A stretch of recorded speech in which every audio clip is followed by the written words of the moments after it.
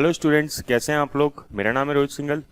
Student, हम last class में capital waiting discuss कर रहे थे सीएस एग्जीक्यूटिव के अकॉर्डिंग।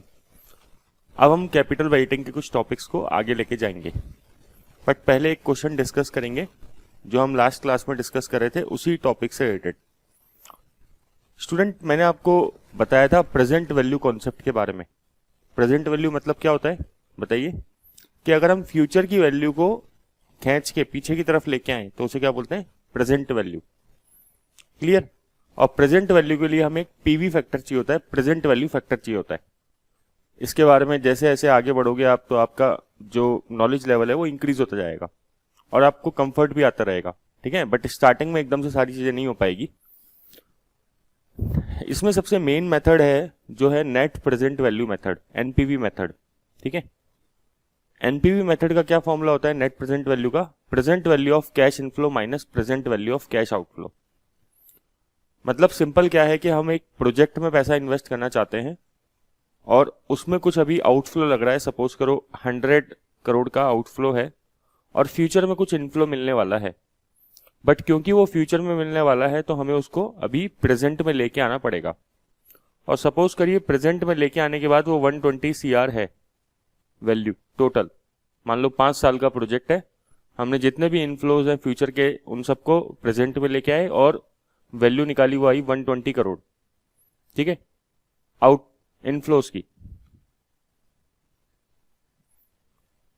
तो मान लो हमने present value of cash inflow निकाला, present value of cash inflow आया 120 CR, ठीक है। कैसे निकाला होगा, फ्यूचर में जितने भी इनफ्लोज होंगे उन सबकी आज की वैल्यू निकाल दी, ठीक है। मान लो 5 इयर्स का प्रोजेक्ट है और जितना भी इनफ्लो होने वाला है उन सबकी जब प्रेजेंट वैल्यू निकाली, पीवी फैक्टर अप्लाई किया, डिस्काउंटिंग फैक्टर अप्लाई किया तो 120 CR आया, ठीक है। और 100 करोड़ हमारी कॉस्ट है आज की। ये present value of cash outflow है। नॉर्मली क्या होता है, कैश आउटफ्लो स्टार्टिंग में ही लगता है तो इसलिए उसकी प्रेजेंट वैल्यू निकालने की जरूरत नहीं होती क्योंकि वो ऑलरेडी प्रेजेंट वैल्यू पे होता है।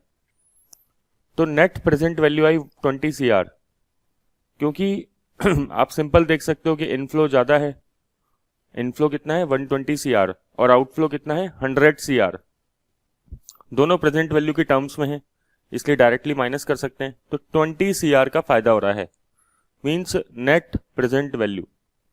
आप इस वर्ड को अच्छे से समझो कि वैल्यू मींस ये प्रोजेक्ट हमारे लिए वैल्यू क्रिएट कर रहा है। और हमने स्टार्टिंग में समझा था कि पूरी फाइनेंशियल मैनेजमेंट का ऑब्जेक्टिव क्या होता है, to increase shareholder wealth, to increase shareholders value, ठीक है। कैसे इंक्रीज होगी, जब मार्केट प्राइस पर शेयर इंक्रीज होगी।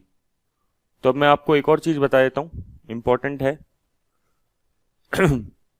ये जो नेट प्रेजेंट वैल्यू मेथड है इसकी वजह से जब कंपनी, मान लो कोई प्रोजेक्ट है उसमें कंपनी ने इवेल्युएट किया, नेट प्रेजेंट वैल्यू निकाली किसी प्रोजेक्ट की और वो मान लो पॉजिटिव आई, सपोज करो 20 करोड़ पॉजिटिव आई, तो पता है इससे क्या होगा, क्योंकि कंपनी को इस प्रोजेक्ट में बेनिफिट है तो कंपनी का मार्केट प्राइस पर शेयर क्या होगा, इंक्रीज करेगा, ठीक है। ये सबसे मेन क्रक्स होता है इस चैप्टर का। चलिए आगे जैसे जैसे बढ़ोगे आपको और समझ में आता रहेगा। एक क्वेश्चन स्टार्ट करते हैं। A company has invested ₹8 lakh in a business and expect a series of cash flow as per given details। ये CS एग्जीक्यूटिव मॉड्यूल का क्वेश्चन है, ठीक है। तो 8 लाख रुपीस की कॉस्ट है और कुछ कैश फ्लो जो है वो गिवन है, कैश इनफ्लोज। ये देखो ये कैश इनफ्लोज है 1 2 3 4। अब additional cash outflow, first year के एंड में कोई एडिशनल कैश आउटफ्लो नहीं है, सेकेंड ईयर के एंड में 1,05,000 और लगेगा, थर्ड ईयर में कोई कैश आउटफ्लो नहीं है एडिशनल और फोर्थ ईयर में और लगेगा 10,000 का। इसका मतलब क्या है कि 8 लाख रुपीस तो स्टार्टिंग में लग ही गया है, ये तो आउटफ्लो है ही, प्लस उसके अलावा ये भी खर्चा हो रहा है और प्लस उसके अलावा ये भी खर्चा हो रहा है। तो हम क्या करेंगे, 8 लाख तो देखो ऑलरेडी प्रेजेंट वैल्यू पे है क्योंकि ये अभी कंपनी इन्वेस्ट कर रही है, बट ये 1,05,000 और 10,000 फ्यूचर में इन्वेस्ट करेगी, तो इन सबको क्या करना पड़ेगा, हमें प्रेजेंट वैल्यू पे लेके आना पड़ेगा। तो इसीलिए हम बोलते हैं कि एनपीवी मेथड का क्या फॉर्मूला होता है, present value of cash inflow minus present value of cash outflow. तो यहाँ पे देखो ये टर्म यूज मीनिंग आ रही है यहाँ पे कि प्रेजेंट वैल्यू क्यों कर रहे हैं, प्रेजेंट वैल्यू नेम क्यों यूज लेते हैं, क्योंकि हमें आउटफ्लो का भी प्रेजेंट वैल्यू निकालना होता है अगर आउटफ्लो साल के बीच बीच में लगे हुए होते हैं तो। ठीक है, आगे पढ़ते हैं। At the end of 4th year the company made a sale of scrap for ₹2,40,000। बोल रहा है कि 4th ईयर के एंड में कंपनी ने स्क्रैप बेचा। स्क्रैप क्या होता है, देखो ये जो मशीन है कंपनी, ये जो जिस प्रोजेक्ट में पैसा लगा रही है 8 लाख लगा रही है, फिर यहाँ पे लगाएगी, फिर यहाँ पे लगाएगी। आपको पता है कि हर असेट्स की एक साल्वेज वैल्यू होती है, रेजिडुअल वैल्यू होती है, मतलब लास्ट में जो पैसा मिलता है उसे बोलते हैं साल्वेज वैल्यू, उसको स्क्रैप वैल्यू भी बोलते हैं। तो कंपनी को ये पैसा मिलने वाला है, तो बताओ ये क्या होगा, ये इनफ्लो होगा। ठीक है, लेकिन कौन से ईयर में होगा, 4th ईयर में। तो पता है अपन क्या करेंगे, 2,40,000 का जो इनफ्लो है उसको मैं इसमें ऐड कर दूंगा। क्यों, क्योंकि 2,50,000 तो ये तो नॉर्मल ऑपरेटिंग कैश फ्लो होगा, जैसे गुड्स सेल करेंगे, मशीन खरीदी, गुड्स सेल करे, ठीक है, उससे जो बेनिफिट हुआ, और साथ में लास्ट ईयर में मशीन को बेच देंगे तो 2,40,000 एक्स्ट्रा मिलेंगे, तो इसकी भी तो प्रेजेंट वैल्यू निकालनी पड़ेगी ना। And realised 30,000 from working capital, और कंपनी ने 30,000 वर्किंग कैपिटल में भी लगा रखे थे, वो भी कंपनी को पैसे मिल गए हैं। Find out the net present value if the required rate of return is 10%। अब आपको एनपीवी निकालनी है अगर रिक्वायर्ड रेट ऑफ रिटर्न कितना है, 10% है तो अब देखो सॉल्यूशन स्टार्ट करते हैं इसका। ठीक है, अब सबसे पहले तो अब अपन प्रेजेंटेशन पे भी ध्यान देते हैं। वैसे देखो आप लोगों के एग्जाम में प्रेजेंटेशन मैटर नहीं करता, क्यों, क्योंकि पूरा एग्जाम किस बेस होता है, एमसीक्यू बेस होता है। लेकिन थोड़ा सा आइडिया रहना चाहिए कि कैसे अगर इसको फॉर्मली प्रेजेंट करते हैं तो कैसे करते हैं। ठीक है, तो ईयर्स लिख देते हैं 1 2 3 4, क्वेश्चन में देखो 4 साल है। ठीक है, फिर इधर लिख देते हैं कैश इनफ्लोज। कैश इनफ्लोज कितने कितने हैं, 2,50,000, फिर 4,20,000, फिर 350 और 2,50,000। ये तो नॉर्मल ऑपरेटिंग कैश फ्लो हो गए। क्वेश्चन में क्या बोला है कि स्क्रैप सेल कर दिया कंपनी ने, मतलब मशीन जो थी वो बेच दी, तो 2,40,000 मशीन बेचने पे आ गए। साथ में क्वेश्चन में एक और लाइन लिखी थी कि कंपनी ने रियलाइज कर लिए 30,000 फ्रॉम वर्किंग कैपिटल।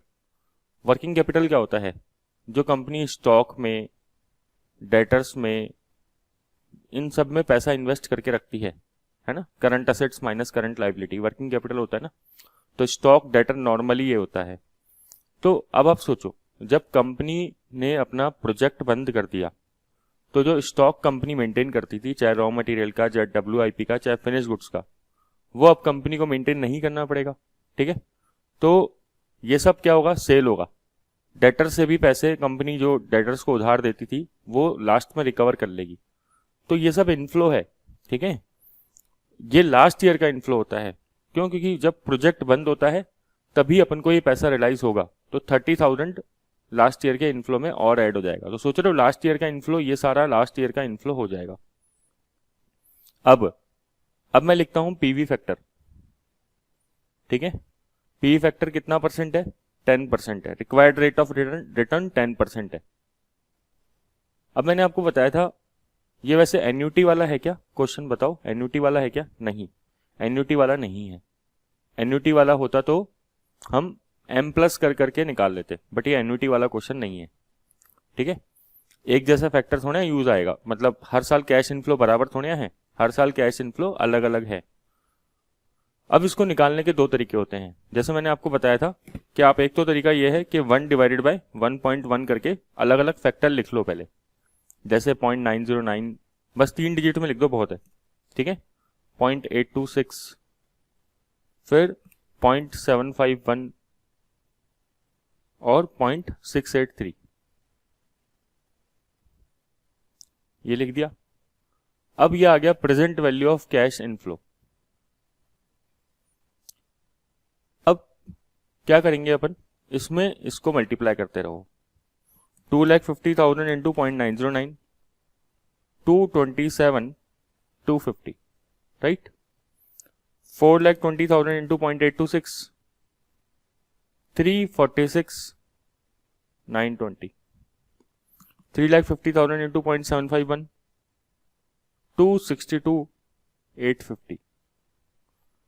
और 2,50,000 plus 240 plus 30 into 0.683, 355,160.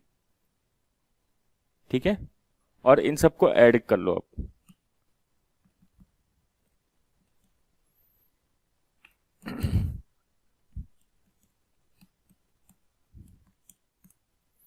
तो आ जाएगा 1192,180। क्या बोलेंगे इसको? Present value of cash inflow. अब या तो ये तरीका है ना, या फिर आप क्या करो सीधा 2,50,000 डिवाइडेड बाय 1.1, ठीक है, प्लस 4,20,000 डिवाइडेड बाय 1.1 का स्क्वायर, ठीक है, फिर 3,50,000 अपॉन 1.1 का पावर 3 या क्यूब, फिर 250 प्लस 240 प्लस 30, ये हो जाएगा 520 अपॉन 1.1 का पावर 4। जैसे आपकी इच्छा हो वैसे कर सकते हो, ठीक है। और जब इनका प्लस करके टोटल निकालोगे तो अप्रॉक्स यही वैल्यू आएगी, एग्जैक्टली नहीं आएगी। एग्जैक्टली क्यों नहीं आएगी? क्योंकि यहाँ पे हमने 3 डिजिट में राउंड ऑफ लिया है, बट अगर आप देखोगे तो यहाँ पे तो राउंड ऑफ की जरूरत ही नहीं पड़ी, क्योंकि हमने डायरेक्ट एग्जैक्ट फिगर आएगा। लेकिन दोनों तरीके पता होने चाहिए, क्योंकि बुक्स में दोनों तरीके यूज करता है, तो कंफ्यूज नहीं होना है, ठीक है। अच्छा, अब आपसे पूछे कोई इसका मीनिंग क्या होता है 0.909 का, बताओ क्या मीनिंग होता है। आपको मैंने बताया था कि अगर हमें 1 रुपीज कमाने हैं 1 साल बाद, 1 रुपीज हमें मिल रहे हैं आफ्टर 1 ईयर, तो हम आज कितना पे करने के लिए तैयार हैं अगर हमें 10% के रेट से रिटर्न कमाना है तो। वापस बोलते हैं, अगर हमें 1 साल बाद 1 रुपीज मिल रहा है, ठीक है, और 10% के रेट से हमें रिटर्न कमाना है, तो उस 1 रुपीज को कमाने के लिए आज हम कितना पे करने के लिए तैयार हैं? 0.909। जब उस 1 रुपीज को कमाने के लिए हम 0.909 पे करने के लिए तैयार हैं, तो 2,50,000 को कमाने के लिए हम कितना पे करने के लिए तैयार हैं? 2,27,250। इसलिए ये मल्टीप्लाई होता है। तो बिल्कुल अगर लॉजिक्स क्लियर रखोगे तो आपको बहुत अच्छा लगेगा पढ़ते समय, ठीक है। अच्छा, अब ये तो निकाला है हमने क्या, present value of cash inflow, ठीक है, ये वैल्यू आ गई। अब हम क्या निकालना चाहते हैं? Present value of cash outflow. Outflow देखो क्या क्या है, एक तो इधर निकाल देता हूं, ज्यादा बेटर रहेगा आपके लिए, क्वेश्चन सामने हो जाएगा। एक तो 8 लाख तो स्टार्टिंग में लग रहा है, ठीक है, तो इसका तो प्रेजेंट वैल्यू निकालने का कोई मतलब नहीं है, इसको 1 से ही मल्टीप्लाई करोगे, क्योंकि इसका 1 का पी फैक्टर कितना आएगा? 1, ठीक है। ये सेकेंड ईयर के एंड में 1,05,000 मिल रहा है, तो आप 10% 1 डिवाइडेड बाय 1.1। अब ये यहां पे सेकेंड ईयर का पी फैक्टर यूज करना है आपको, ठीक है, क्योंकि सेकेंड ईयर के एंड में 1,05,000 हम पे कर रहे हैं, तो 105 इंटू 0.826 ये आएगा 86,730, ठीक है। फिर 10,000 और पे करेंगे, कौन से ईयर के एंड में? 4th ईयर के एंड में। वैसे हम पता है पीवी फैक्टर निकाल चुके हैं ऑलरेडी, तो दोबारा निकालने की जरूरत नहीं है, 0.683, ठीक है, तो ये आ जाएगा 6830। क्या सर इतना बड़ा क्वेश्चन हमारे एग्जाम में हमसे पूछ सकता है क्या? चांसेस बहुत कम है। बताओ क्यों? क्योंकि एग्जाम जो है एमसीक्यू बेस है, इतना बड़ा क्वेश्चन नहीं पूछेगा। तो सर इतना बड़ा क्वेश्चन हम फिर क्यों कर रहे हैं? देखो, जब हम बड़े क्वेश्चन करते हैं तो उससे हमारे कॉन्सेप्ट थोड़े से ज्यादा क्लियर होते हैं, ठीक है। तो इन सबका ऐड कर लिया, ये आ गया present value of cash outflow. अब देखो इनफ्लो कितना है? 1192,180, ठीक है, ये इनफ्लो है। इस इनफ्लो में से आउटफ्लो लेस कर लो, दोनों प्रेजेंट वैल्यू पे है ही, तो आपकी एनपीवी आ रही है अप्रोक्स 2,98,620, ठीक है, तो 2,98,620। तो ये डिफरेंस क्यों आ रहा है? ये जो 900 और 620, यहाँ पे देखो ये इसलिए आ रहा है क्योंकि देखो ये इन्होंने किस तरीके से किया है, 1 लाख डिवाइडेड वो 250 डिवाइडेड बाय 1.1, 420 डिवाइडेड बाय 1.1 का स्क्वायर, मैंने आपको बताया था ना। ये इन्होंने इस तरीके से ना करके, ऐसा पी फैक्टर ना निकाल के, ये ऐसे डिवाइड किया है, तो फर्क आता है। क्यों? क्योंकि यहाँ पे अपन राउंड ऑफ करते हैं 3-3 डिजिट में, लेकिन रियल में फिगर ज़्यादा होते हैं, ठीक है। बट ध्यान रखना, इसकी कोई फाइनेंशियल मैनेजमेंट में वैल्यू नहीं है। किस चीज़ की वैल्यू नहीं है? कि अगर कोई बोले सर मेरा 620 आ रहा है और आंसर 900 दे रखा है, वो स्टूडेंट कंफ्यूज हो रहा है, तो उसकी कोई वैल्यू नहीं है। वो स्टूडेंट फिर गलत डायरेक्शन में सोच रहा है, मैं आपको ये कहूँगा, ठीक है। राउंड ऑफ का डिफरेंस कभी भी, और कैपिटल वेटिंग इतना बड़े फिगर्स होते हैं कि इतना 200-300 का राउंड ऑफ चलता है। देखो फिगर कितना है, 2,98,900, ठीक है, मतलब अप्रोक्स 3 लाख, तो 300-200, ठीक है, एक्सेप्टेबल है। क्लियर क्या?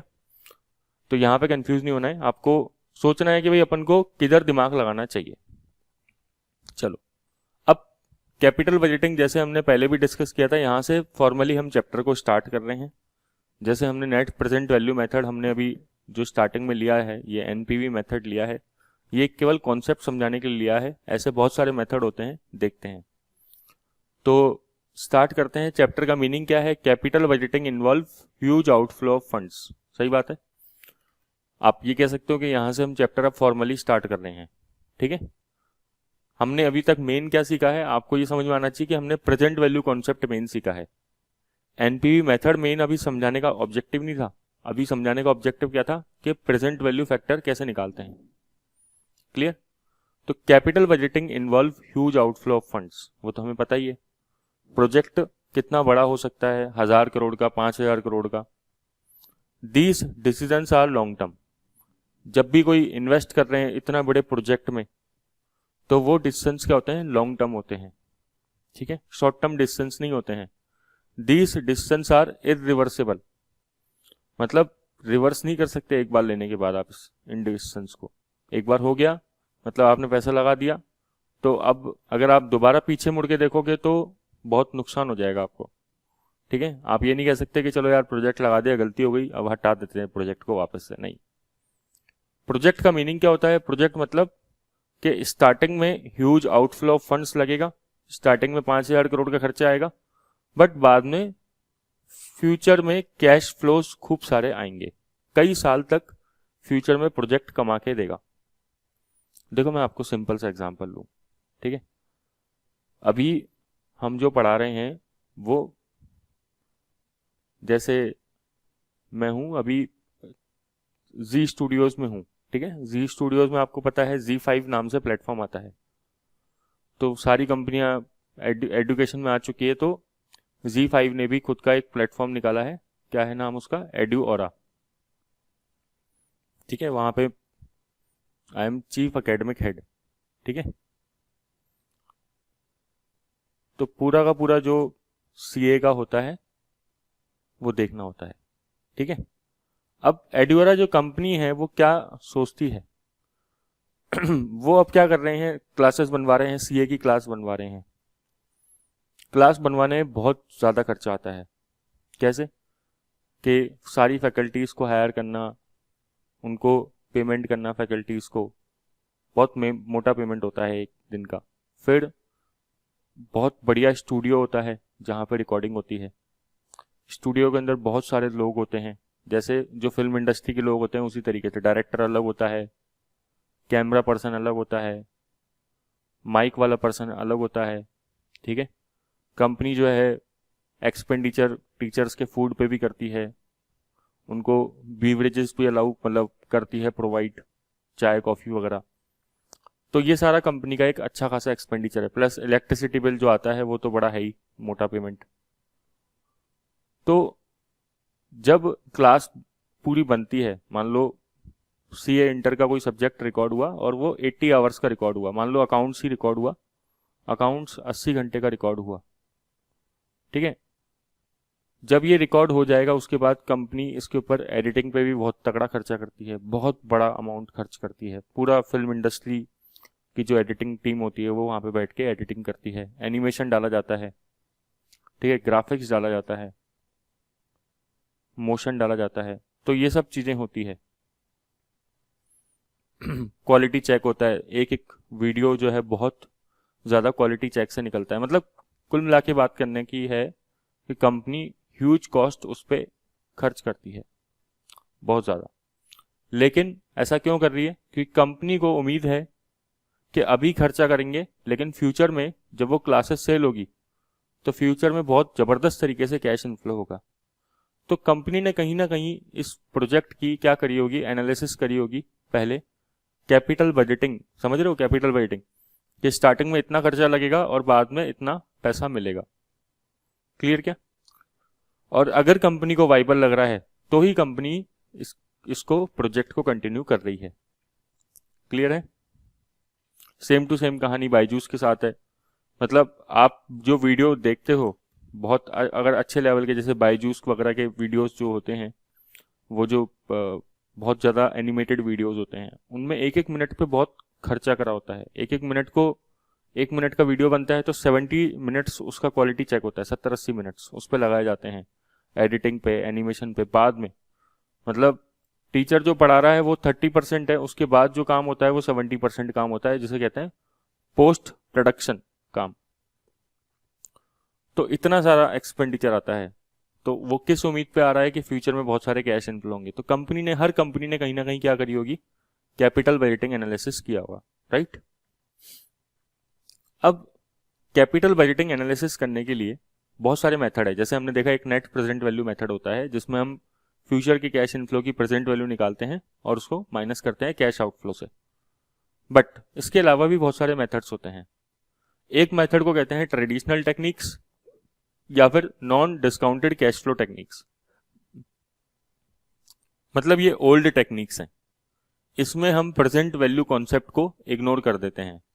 हम जहां पे प्रेजेंट वैल्यू कॉन्सेप्ट को कंसीडर नहीं करते उसे क्या बोलते हैं, ट्रेडिशनल या non discounted cash flow techniques. दूसरी टेक्निक होती है मॉडर्न और डिस्काउंटेड कैश फ्लो टेक्निक्स, मतलब नए जमाने की टेक्निक्स। इसमें हम प्रेजेंट वैल्यू कॉन्सेप्ट को यूज करते हैं। क्लियर? अब पुराने टेक्निक्स में कौन कौन से मेथड होते हैं? एक होता है पेबैक मेथड और एक होता है ARR मेथड, ठीक है, एवरेज रेट ऑफ रिटर्न। तो एक पेबैक मेथड है, एक ARR मेथड है। वैसे तो और भी हो सकता है, जैसे पोस्ट पेबैक मेथड भी हो सकता है, बट हमारी बुक्स में है नहीं, CS एग्जीक्यूटिव के सिलेबस में पोस्ट पेबैक नहीं दे रखा, ठीक है। प्रेजेंट वैल्यू टेक्निक मेथड में या न्यू टेक्निक्स मेथड में एक होता है नेट प्रेजेंट वैल्यू, जो हमने थोड़ा बहुत देखा था अभी क्लास में, एक होता है इंटरनल रेट ऑफ रिटर्न और तीसरा होता है प्रॉफिटेबिलिटी इंडेक्स मेथड। तो टोटल मिला के इस तरीके से हमें 5 मेथड डिस्कस करने हैं। जब ये 5 मेथड डिस्कस हो जाएंगे तो हम कह सकते हैं कि मोटा मोटा कैपिटल बजटिंग हमारा चैप्टर पूरा हो गया। इसके करने के बाद हम कैपिटल बजटिंग में रिस्क एनालिसिस पढ़ेंगे, वो कुछ अलग टॉपिक्स होंगे, ठीक है, उसमें पढ़ेंगे जैसे sensitivity analysis, scenario analysis, simulation वगैरह, ये सब टॉपिक हैं, बट वो बात के हैं। सबसे पहले तो हमें ये डिस्कस करना है। और इन 5 में से एग्जाम में क्वेश्चन बहुत सारे आते हैं। स्पेशली सबसे इंपॉर्टेंट जो होता है वो NPV मेथड होता है, जिसमें सबसे ज़्यादा क्वेश्चन आते हैं, जो अभी हमने थोड़ा बहुत देखा था, ठीक है। तो आज के लिए इतना ही रहने देते हैं, बिल्कुल छोटा सा वीडियो बनाया है मैंने। नेक्स्ट क्लास में हम इसके बाद वाले मेथड्स डिस्कस करेंगे, ठीक है। आप यहाँ तक एक बार रिवाइज कर लीजिए, तो फिर उसके बाद हम पेबैक पीरियड से नेक्स्ट क्लास में चालू करते हैं, ठीक है स्टूडेंट। Thank you.